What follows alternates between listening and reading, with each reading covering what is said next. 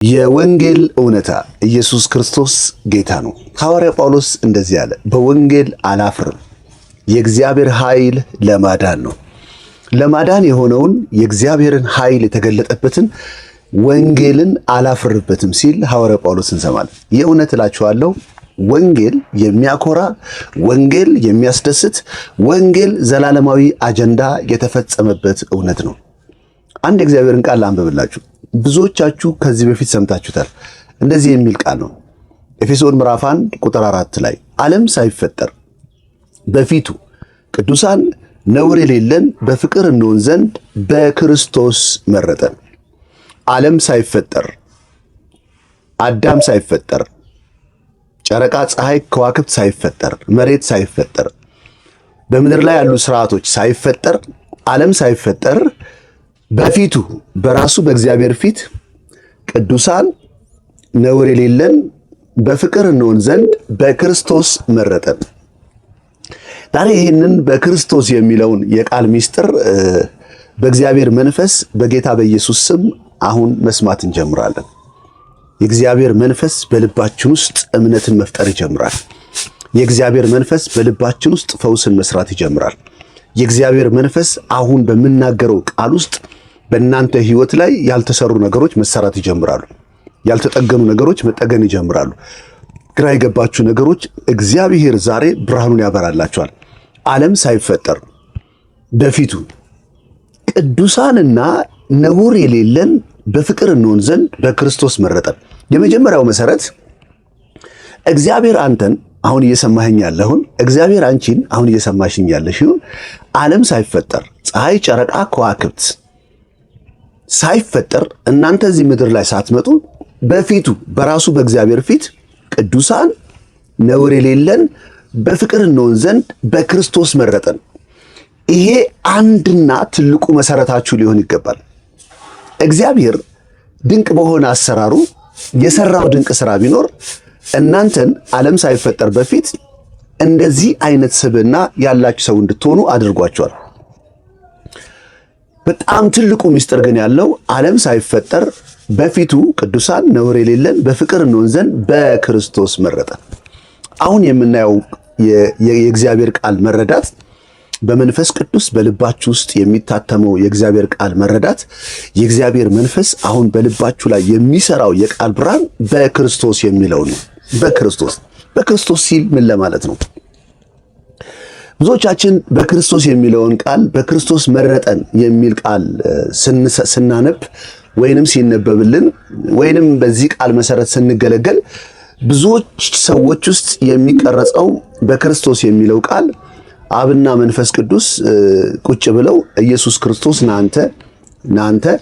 ናንተ ብሎ መረጠ የሚል ሐሳብ ነው ሰዎች ውስጥ ወይም ቃሉን ስታነቡ የሚመስለው።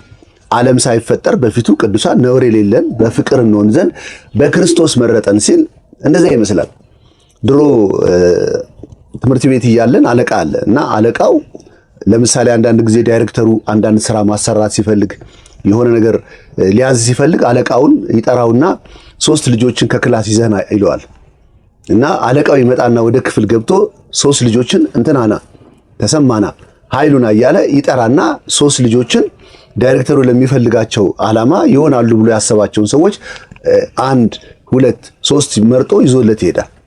ኢየሱስ ክርስቶስ እንደሱ አይደለም ያደረገው። ሐዋርያ ጳውሎስ ስለዚህ ምርጫ ሲናገር ማንም በክርስቶስ ቢሆን አዲስ ፍጥረት ነው።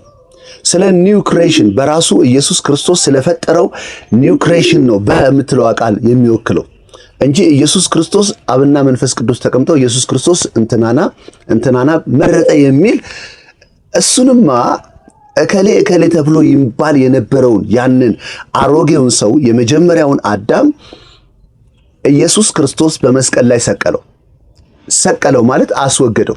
ከዚህ በኋላ የማንነታችን ክፍል መሆን እንዳይችል አስወገደው፣ ሰቀለው። ከዛ ማንም በክርስቶስ ቢሆን አዲስ ፍጥረት ነው። መልካሙን ስራ ለማድረግ በክርስቶስ ተፈጠርን። አሁን ወንጌል አዲስ ሰው የተፈጠረበት ስርዓት ነው። አዲስ ማንነት የተፈጠረበት ስርዓት ነው። ብዙዎቻችን አዳም ራሱ በሕግ የደከመው በሕግ የዛለው ሕጉ የፈረደበት ያንኑ ሰው ደግሞ ጸጋ መጣ ወይም ጉልበት ሰጠውና ሕጉን መፈጸም እንዲችል አበረታታው። እንደሱ አይደለም የተደረገው። ጸጋ የመጣው ሕግን መፈጸም እንድንችል ጉልበት እንዲሆንን አይደለም። ጸጋ የአዲሱ ሰው የመመላለሻ የሕይወት ስርዓቱ ነው። በጸጋ እንደዳነው በጸጋ ደግሞ እንመላለሳለን። ኢየሱስ ክርስቶስ ጌታ ነው። ለዚህ ከሆነ ኤፌሶን ላይ እዛው ሐዋርያ ጳውሎስ ይህንን ቃል የተናገረበት የመጽሐፍ ቅዱስ ክፍል ላይ ሄደን ስናየው ሁለቱን ያዋሃደ በመካከል የነበረውን የጥል ግድግዳ በስጋው ያፈረሰ ይኸውም አለና በራሱ አንድ አዲስ ሰው ይፈጥር ዘንድ ነው። ይህን ያደረገው ለምንድን ነው ብላችሁ ስትጠይቁ በራሱ በክርስቶስ አንድን አዲስ ሰው ይፈጥር ዘንድ ነው። ስለዚህ ዓለም ሳይፈጠር እግዚአብሔር በክርስቶስ የፈጠረውን ሰው አየውና በክርስቶስ የፈጠረውን ማንነት ተመለከተውና በክርስቶስ የፈጠረውን ፐርሶናሊቲ ተቀበለውና ስለ ማንነቱ ሲናገር ቅዱስ፣ ነውር የሌለበት፣ ያለ ነቀፋ የሆነ በፍቅር የሆነ ኢየሱስ ክርስቶስ ጌታ ነው። የመጀመሪያውን አዳም ይህንን ማንነት ካልሸነገልክ በስተቀር ልትሰጠው አትችልም። ቅዱስ፣ ነውር የሌለበት፣ ነቀፋ የሌለበት፣ በፍቅር ብለህ ይህን ቃል ለወደቀው አዳም በፍጹም ልትሰጠው አትችልም። ሕግ ሰጥተው ሕግ ስላሻሻለ ይህን ቃል እግዚአብሔር ሊሰጥ አይችልም። እግዚአብሔር ይህንን እውነት የተናገረው በክርስቶስ የፈጠረውን አዲሱን ሰው ነው።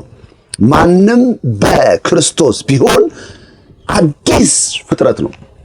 አዲስ ፍጥረት። ብዙዎቻችሁ ውስጥ አሁን ጥያቄ የተፈጠረ ነው። ፓስተር ይስሐቅ አሁን አንተ እንደምትለው የእውነት አዲስ ፍጥረት ከሆነ የእውነት በራሱ የተፈጠርን በክርስቶስ መልክ የተፈጠርን ማንነት ያለን ከሆነ ሃሌሉያ። አሁን ችግሮቻችሁ እየታዩአችሁ ነው። ኑሯችሁ እየታዩአችሁ ነው። አሸንፋለሁ ያላችሁ ነገር ሲረታችሁ አንዳንዴ እያያችሁ ነው። ግራ ስትጋቡ እያያችሁ ነው። በጌታ በኢየሱስ ክርስቶስ ስም አሁን መፍትሄ እንዲሆን ጸልያለሁ። አሁን በዚህ ፐርሰናሊቲ ድል መንሳት እንዲሆንላችሁ ጸልያለሁ። በጌታ በኢየሱስ ክርስቶስ መጽሐፍ እንደሚናገር ድል በመንሳት በስፍራ ሁሉ ለሚያዞረን ተብሎ ለተጻፈ በዚህ በአዲሱ ፐርሰን ማንነት በጌታ በኢየሱስ ክርስቶስ ኢኮኖሚያችሁን ድል እየነሳችሁ ትሄዳላችሁ። ጤንነትን ድል እየነሳችሁ ትሄዳላችሁ። በእኛውም እናንተ የተገኛችሁበትን የህይወት ስርዓት በኢየሱስ ክርስቶስ ስም ድል እየነሳችሁ እያሸነፋችሁ ትሄዳላችሁ። ለምን? እናንተ ኒው ክሬሽን ናችሁ፣ አዲስ ፍጥረት ናችሁ። የእግዚአብሔር ልጆች ተብለን ልንጠራ አብ እንዴት ያለውን ፍቅር እንደሰጠን እዩ። የእግዚአብሔር ልጆች ተብለን ልንጠራ አብ እንዴት ያለውን ፍቅር እንደሰጠን እዩ። እንዲሁም ነን፣ ማንነታችን ነው። እንዲሁም ነን። ዓለም እርሱን ስላላወቀ ኢየሱስን የእግዚአብሔር ልጅ የሆነውን ኢየሱስ ክርስቶስን ስላላወቀ እኛንም አያውቀንም። ያየንና አንድ አይነት እንመስለዋለን፣ እኛንም አያውቀንም። ቢገለጥ ግን ሪል የተሰወረው ማንነታችን ቢገለጥ ግን እሱን እንዳለ እናየዋለን፣ እሱን እንድንመስል እናውቃለን። this is the reality of gospel። የወንጌል እውነት ይሄ ነው። እሱን እንዳለ እናየዋለን፣ ራሱን ኢየሱስ ክርስቶስን እንዳለ እናየዋለን አለና ቀጥሎ ምናል እሱን እንደምንመስል እሱን አይተን ወደ ራሳችን ዞር ስንል እሱን እንድንመስል እናውቃለን። የወንጌል እውነት ይሄ ነው። የወንጌል እውነት ይሄ ነው። ዛሬ እኔ ጸልያለሁ በኢየሱስ ክርስቶስም ከወንጌል እውነት ከማንነታችን እውነት ጋር በተቃራኒ እየሰራ ያለ አጋንንታዊ ሴራዎች በኢየሱስ ስም የተሰበሩ ይሁኑ። አጋንንታዊ እጆች በኢየሱስ ስም የተሻሩ ይሁኑ። በጌታ በኢየሱስ ክርስቶስ ይህንን የወንጌል ሪያሊቲ ይህንን የወንጌል እውነት በእናንተ ሕይወት ፍንትው ብሎ ተገልጦ እንዳይወጣ ጥላሸት የሚቀባ የማይረባ ነገር በላያችሁ ላይ የሚያደርግ ከፐርሰናሊታችሁ ውጪ በሌላ ማንነት እንድትታወቁ የሚያደርግ አጋንንታዊ አሰራሮች በኢየሱስ ስም አሁን የተመቱ ይሁኑ። በኢየሱስ ስም አሁን የተመቱ ይሁኑ። የድህነት መንፈስ በኢየሱስ ስም የተመታ ይሁን። በእናንተ ላይ የሚወራው የሐሰት ድምፅ በኢየሱስ ስም የተነቀለ ይሁን። እናንተ አሁን የእግዚአብሔር ልጆች ነን። ምን እንደምንሆን ግን ገና አልታወቀም አለ። አንድ ከቨር የተደረግንበት ነገር አለ። ቢገለጥ ግን አንድ የሸፈነን ነገር አለ። እሱ ቢገለጥ እሱን እንዳለ እናየዋለን። እሱን እንድንመስል እናውቃለን። ለዚህ እኮ ነው ሐዋርያ ጳውሎስ እኛ ሁላችን መንፈስ ከሚሆን ጌታ እንደሚደረግ ያንን መልክ እንመስል ዘንድ ከክብር ወደ ክብር እንለወጣለን በኢየሱስ ስም። ይሄንን እውነተኛ ለውጣችሁን የሚቃወም አጋንንታዊ እጅ አሁን የተነሳ ይሁን። ይሄ በክርስቶስ በወንጌል የሆናችሁትን እውነተኛ ለውጥ የሚቃወም የሐሰት አስተምሮና አስተሳሰብ አሁን ከነፍሳችሁ ከአይምሯችሁ በኢየሱስ ስም የፈረሰ ይሁን። አሁን የፈረሰ እንዲሆን ጸልያለሁ። በእግዚአብሔር ዕውቀት ላይ ከፍ ያለ የሰው ሐሳብ የእግዚአብሔር ዕውቀት እናንተን ዓለም ሳይፈጠር በሱ ፊት ቅዱሳን ነውር የሌላችሁ በፍቅር እንድትሆን ተመርጣችኋል። በእግዚአብሔር ዕውቀት ላይ ከፍ ያለውን የሰውን ሐሳብ እናፈርሳለን። በዚህ በወንጌል እውነት ላይ በወንጌል እውነት ቤተክርስቲያን እንዳትመላለስ በወንጌል እውነት መውጣትና መግባታችሁ እንዳይሆን የከለከለ ሰዋዊ አስተሳሰብ አሁን የተነቀለ ይሁን። የሰው ዕውቀት የተነቀለ ይሁን። ሃይማኖታዊ ዕውቀት በኢየሱስ ስም የተነቀለ ይሁን። በእግዚአብሔር ዕውቀት ላይ ከፍ ያለ የሰው ሐሳብ እናፈርሳለን አለ። ዛሬ እኔም አፈርሳለሁ በኢየሱስ ክርስቶስ ስም። በወንጌል ሪያሊቲ እውነት ላይ በተቃርኖ በሕይወታችሁ በነፍሳችሁ ላይ እየሰራ ያለ ነገር አሁን የተነሳ ይሁን። ማክራባቶች ከዚህ ድምፅ የተነሳ አሁን ለቤታችሁ መዳን ይሁን። አሁን ለቤታችሁ መዳን ይሁን።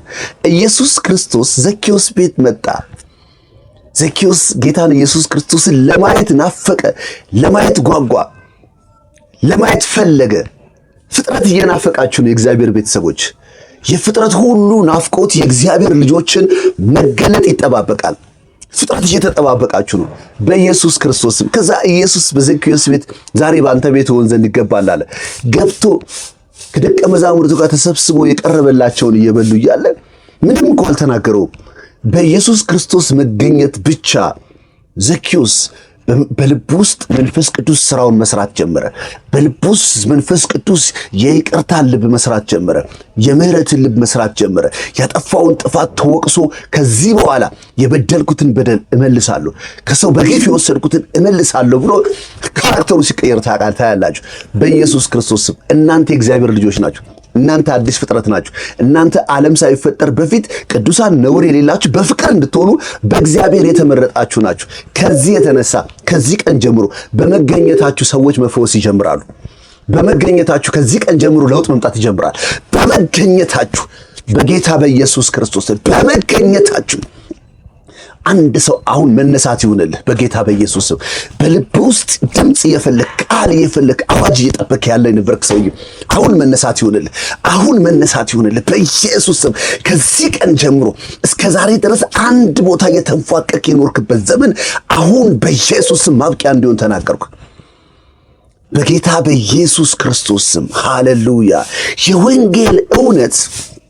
የወንጌል እውነት በፍጹም ሊካድ ሊለወጥ በማይችል ሁኔታ የጸና ነው። ዓለም ሳይፈጠር በፊቱ ቅዱሳን ነውር የሌለን በፍቅር እንሆን ዘንድ በክርስቶስ መረጠን። እናንተ በክርስቶስ የተፈጠራችሁ አዲስ ፍጥረት ናችሁ።